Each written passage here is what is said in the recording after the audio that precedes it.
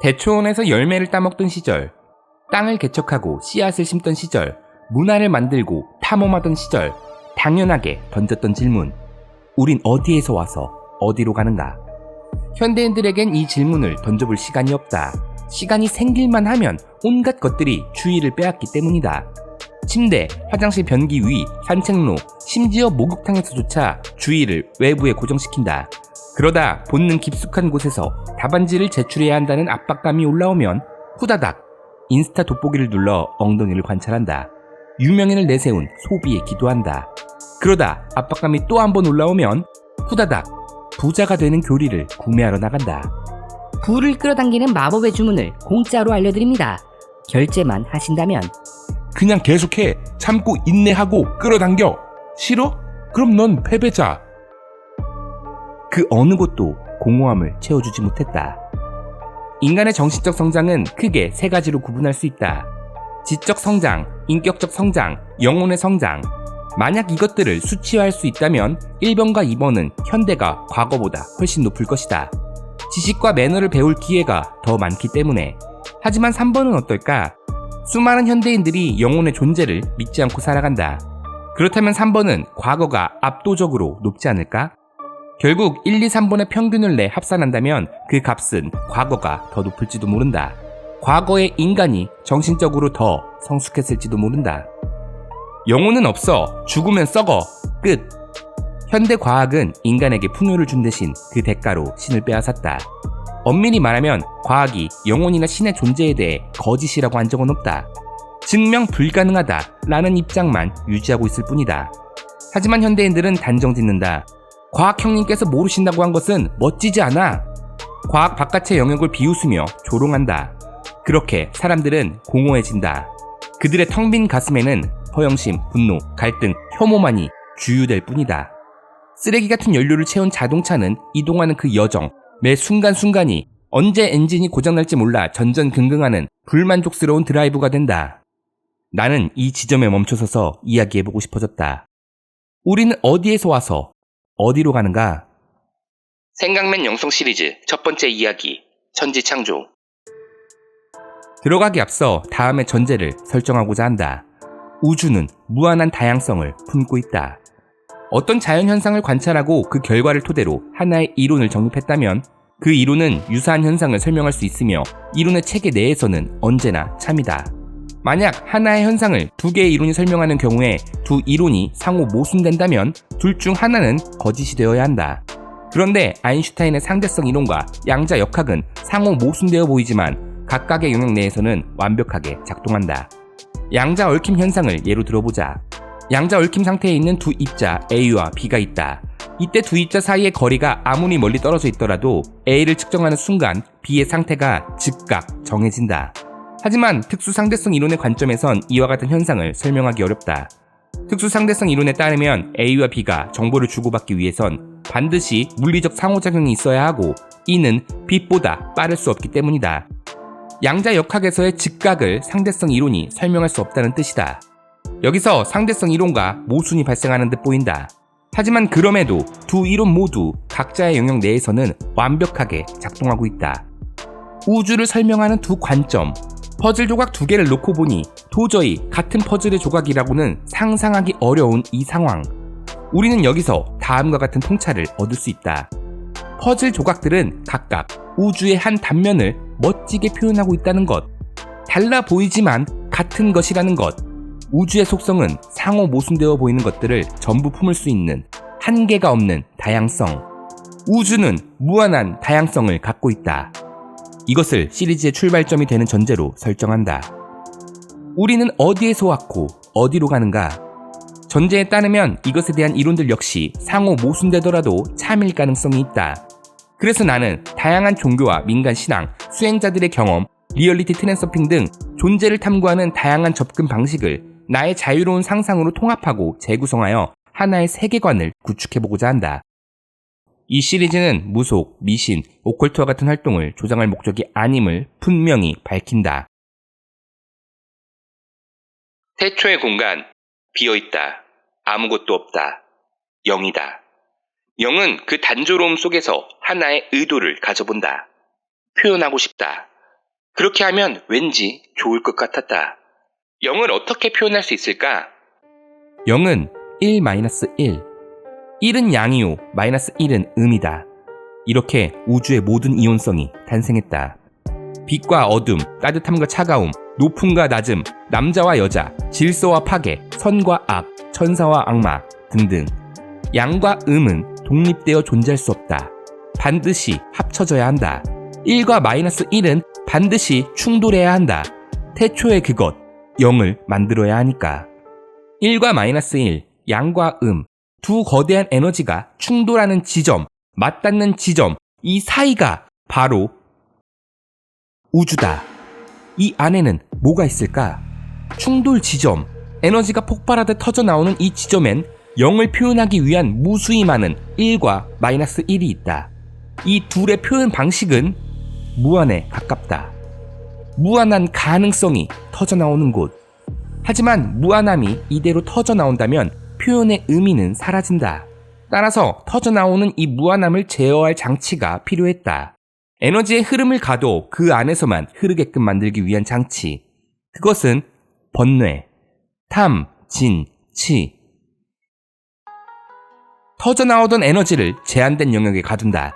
번뇌는 에너지를 일정한 영역 안에 가두었고 그 에너지는 관성에 따라 같은 경로를 반복했다.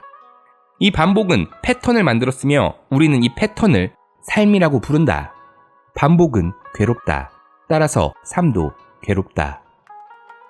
그렇다면 번뇌에 갇혀 괴로워하는 나는 어떤 존재인 걸까? 한 가지 말할 수 있는 건 우리 모두는 에너지라는 것이다.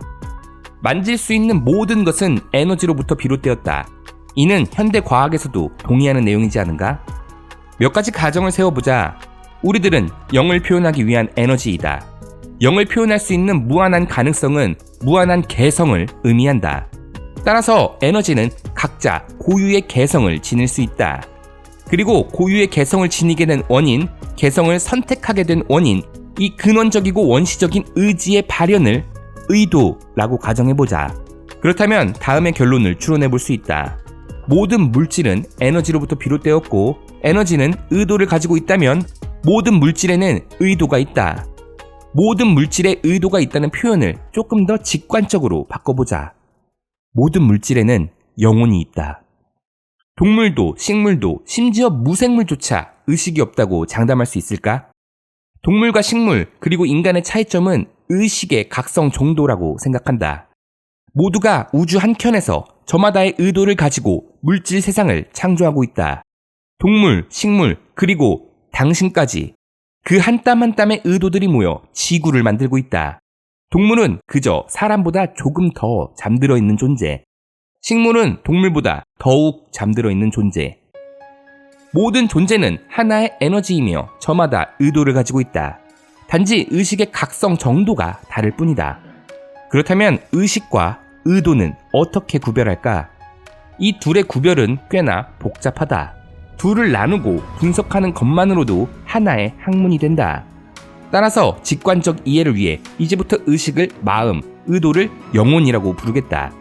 당신의 머릿속에서 이따 치킨 먹어야지 하는 말을 내뱉는 그놈이 마음이고 슥슥슥 방금 뭐지? 뭔가 떠오른 것 같았는데? 직감으로 느껴지는 그것이 영혼이다. 그리고 마음과 영혼은 역할과 능력이 다르다. 마음은 이성이나 감정과 같이 의식 전면에서 운전대를 잡고 있는 역할이고 영혼은 직감, 잠재의식과 같이 의식 뒤에서 바라보고 있는 역할이다. 마음은 번뇌가 제한한 영역에서 쉽게 벗어날 수 없지만 영혼은 어디든 자유롭게 이동할 수 있다. 무한한 가능성의 장소, 이 거대한 장소에서 우리가 살아가는 물질 세계는 자그마한 귀퉁이에 불과하다.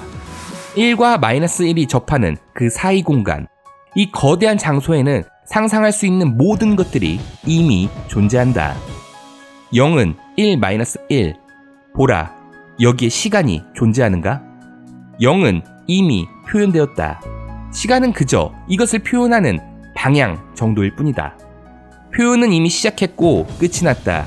인간의 삶은 무수히 많은 가능성을 인과의 사슬로 이어붙인 동영상. 셀 수 없이 많은 사진을 인과의 순서대로 재생하고 있는 것과 다름이 없다. 운명은 정해져 있다고 말할 수 있다. 하지만 정해진 운명의 수가 무한에 가깝기 때문에 정해지지 않았다고도 볼 수 있다. 지금이라는 장면 뒤로 이어붙일 수 있는 사진은 한계가 아니라 무한하다.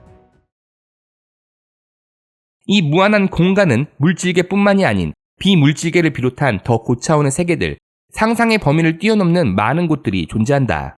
이 공간을 여러 종교에서 다양하게 설명하고 있지만 나는 영상 초반에 제시한 전제를 바탕으로 이를 자유로운 상상력을 통해 통합하고 재구성하여 다음과 같이 단순화해보겠다. 물질계, 비물질계, 판타지계. 물질계는 지금 우리가 살아가고 있는 이 세상을 의미한다. 다만 과거, 현재, 미래가 이미 존재하고 있다는 인식의 확장이 필요하다. 사랑하는 존재를 잃었다면 너무 슬퍼하지 말기를. 그 존재와 함께한 그 순간은 사라지지 않고 여전히 그곳에 존재한다. 이동하지 못할 뿐이다. 반면 미래는 이미 존재하지만 존재하지 않는 것과도 같다. 이미 존재하는 그 미래를 아직 밟지 않았기 때문에 이미 존재하는 무한한 미래 중 어떤 것을 밟을지는 오직 당신의 선택이다. 무속인이나 예언가들이 과거에 대한 정확도는 높지만 미래에 대한 정확도가 낮은 이유가 여기에 있다. 그들과 말하는 시점의 당신은 과거는 이미 밟았지만 미래는 밟지 않은 당신이다. 하지만 그들이 본 미래는 당신이 밟지 않을 수 있는 수많은 미래 중 하나다. 누군가에게 미래를 묻는 것은 미련한 짓이다. 다음으로 비물질계. 이곳은 비물질적인 존재들이 있는 흥미로우면서도 무서운 장소다. 이곳의 존재들은 물질이 아니기 때문에 특정한 의도가 있어야 상이 만들어진다. 이곳의 존재들을 다음과 같이 구분해보겠다. 귀신, 에너지체, 알 수 없는 무언가. 먼저 귀신은 그 출신이 사람이기 때문에 본인의 의도를 담아 직전 생의 형태를 구성하는 경향이 있다. 반면 에너지체의 경우 다른 영혼들의 사념이 모여 존재의 형태를 만든다. 많은 사람들이 특정 존재를 상상하고 오랫동안 감정을 담으면 에너지체는 그들의 의도대로 형태와 기질을 갖는다. 삼국지의 관우를 떠올려보자. 관우는 실제 인생과는 상관없이 수많은 사람들이 제사를 지내며 신으로 모시고 있다. 서울의 동묘역은 관우를 모시기 위한 사당, 동묘가 있는 곳이다. 이와 같이 수많은 사람들의 바램이 특정 존재를 바란다면 비물질계의 에너지는 그들의 바램대로 원하는 형태와 기질을 갖게 된다. 이 원리대로라면 원피스 팬들이 밀짚모자 루피를 숭배하고 신으로 모시면 루피 신이 만들어질 수가 있다. 인류 역사 모든 곳에 존재했던 애니미즘과 토테미즘, 문화권마다 종류가 다양한 비물질적 존재들, 그들에 대한 목격담이 이러한 원리 위에 있다. 마지막으로 알 수 없는 무언가. 이것은 인간의 영혼이나 바램으로 만들어지는 것이 아니다. 최초부터 있었던 존재들, 천사와 악마, 혹은 그에 상응하는 격이 있는 존재들이다. 비물질계의 존재들에겐 격이 있다. 힘의 세계에 따른 계급 정도로 보면 이해가 쉬울 것이다. 천사나 악마 앞에서 귀신 따위는 그야말로 조족지열, 샹크스와 전보벌레 느낌으로 보면 될 것이고, 모두가 알듯 제천대성은 부처님 손바닥 아니다. 여기 나오는 분류는 이해하기 편하도록 내가 임의대로 구분했다는 것을 기억해 주길 바란다. 실제로는 더 다양한 체계와 존재들이 있으며 이렇게 단순하게 구분짓기에는 훨씬 더 복잡한 세계다. 모든 개의 존재는 에너지로 구성되어 있다. 따라서 각각의 독립된 개들은 서로 상호작용할 수 있다. 특히 비물질계는 물질적 공간의 제약을 받지 않으므로 좌표 평면에 고정되지 않고도 물질계에 영향을 미칠 수 있다. 그래서 물질계에서는 비물질적 존재들의 개입으로 인해 다양한 사건들이 발생하곤 한다. 이계의 신격을 빌린다. 라는 표현은 판타지 소설에만 어울리는 단어가 아니다. 퇴마, 구마의식은 이계의 신격을 빌려 하위의 격을 쫓아내는 메커니즘이다. 마지막, 판타지계. 기존에 없던 독창적인 판타지 영화나 소설들은 모두 직감에서 나왔다. 직감은 영혼의 목소리, 영혼이 이곳을 여행한 뒤 말해준 것이다. 고대에는 이곳을 자유롭게 드나들던 사람들이 있었던 것 같다. 헤르메스주의, 솔로몬의 열쇠, 에메랄드 타블렛에서 공통적으로 차원의 문을 말하고 있으며 이 문을 통해 다른 세계로 넘어간다는 개념이 있다. 철학자 노자는 떠난다는 말만 남긴 채 그의 마지막을 본 사람은 아무도 없다. 바랄라, 알프헤임, 도교의 신선들이 사는 세상, 신화나 전설에 나오는 장소들, 용이나 기린과 같은 신화적 존재 모두 이곳에 있다. 방금 판타지를 생각하니까 상당히 흥미롭지 않았는가? 그 느낌을 당신의 삶에서도 느꼈으면 좋겠다. 판타지 세계에선 지구가 판타지니까. 이제 이 무한한 공간에 대해 어느 정도 감이 잡혔는가? 그런데 중요한 점은 이 공간을 영혼만이 자유롭게 돌아다닐 수 있다는 것이다. 그렇기에 깊은 수양을 통해 자신의 영혼을 다룰 수 있는 사람만이 이 공간을 활용할 수 있다. 한편 영혼이 큰 충격을 받는 등 모종의 이유가 생겨 다른 공간을 바라보는 경우가 있다. 이렇게 되면 현실에서 그 사람은 이상한 사람으로 분류된다. 자신이 나폴레옹이라고 말한다던가 광선검을 가진 외계 비밀 요원이라고 말한다던가. 가슴 아픈 일이지만 그 사람에게 그것은 진짜다. 현실과는 다른 공간을 보고 있는 것이니까 말이다. 준비 없는 상태에서 무한한 공간 내의 이동은 매우 위험하다. 그러니 오컬트적인 것에 심취해 무작정 따라하는 짓은 절대 하지 말기를 바란다. 일반적으로 꿈을 꾼다는 것은 영혼이 이 공간을 둘러보는 행위이며 따라서 꿈은 허상이 아니다. 꿈속에서 이게 꿈인가? 하고 자각하는 순간을 자각몽이라고 한다. 자고 있지만 깨어있는 상태. 자각몽 안에서는 당신 마음대로 모든 것을 할 수 있다. 하늘을 날 수도 허공에서 무언가를 만들어낼 수도 있다. 엄밀히 말해 난다, 만들어낸다는 개념보다는 가능한 장면들을 이어붙여 이동하는 것이라 볼 수 있다. 현실도 이와 다르지 않다. 하지만 꿈과는 다르게 물질어 가정에서 몇 가지 전제 조건들이 요구된다. 이에 대한 자세한 내용은 예전 영상들 트랜썸핑 시리즈에서 다뤘으니 생략하겠다. 다시 돌아와서 여기서 키포인트는 마음이 자고 있을 때 영혼이 활동한다는 것, 그리고 이것을 자각몽 상태가 아닌 베개 베고 쿨쿨 자고 있을 때가 아닌 깨어나 있을 때도 할 수 있다. 의식적으로 마음의 각성도를 낮춘다. 잠든 것과 유사하게. 그러나 의지는 남아있는 상태. 이 미묘하고 알 수 없는 이 상태를 어떤 사람은 호흡을 얇고 길게 뽑아 하늘에 보낸다고 말한다. 어떤 사람은 신께 간절히 기도해 응답받은 상태라고 말한다. 또 어떤 사람은 모든 것을 비우는 상태라고 말한다. 어찌됐든 이 상태의 핵심은 나를 지우는 것. 나는 여기가 영성의 출발점이라고 생각한다. 요가나 명상, 영성적 수련법, 종교의 심층 기도 방법, 이것들의 핵심 가치는 나를 지우는 것.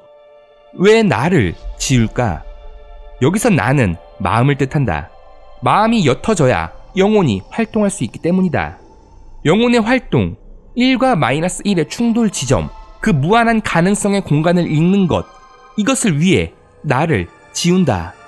그리고 이런 종류의 수련을 깊게 한 사람들은 어느 순간 눈이 떠진다. 인간이 가진 또 다른 눈, 제3의 눈이 열린다. 제3의 눈, 이것은 다음 시간에.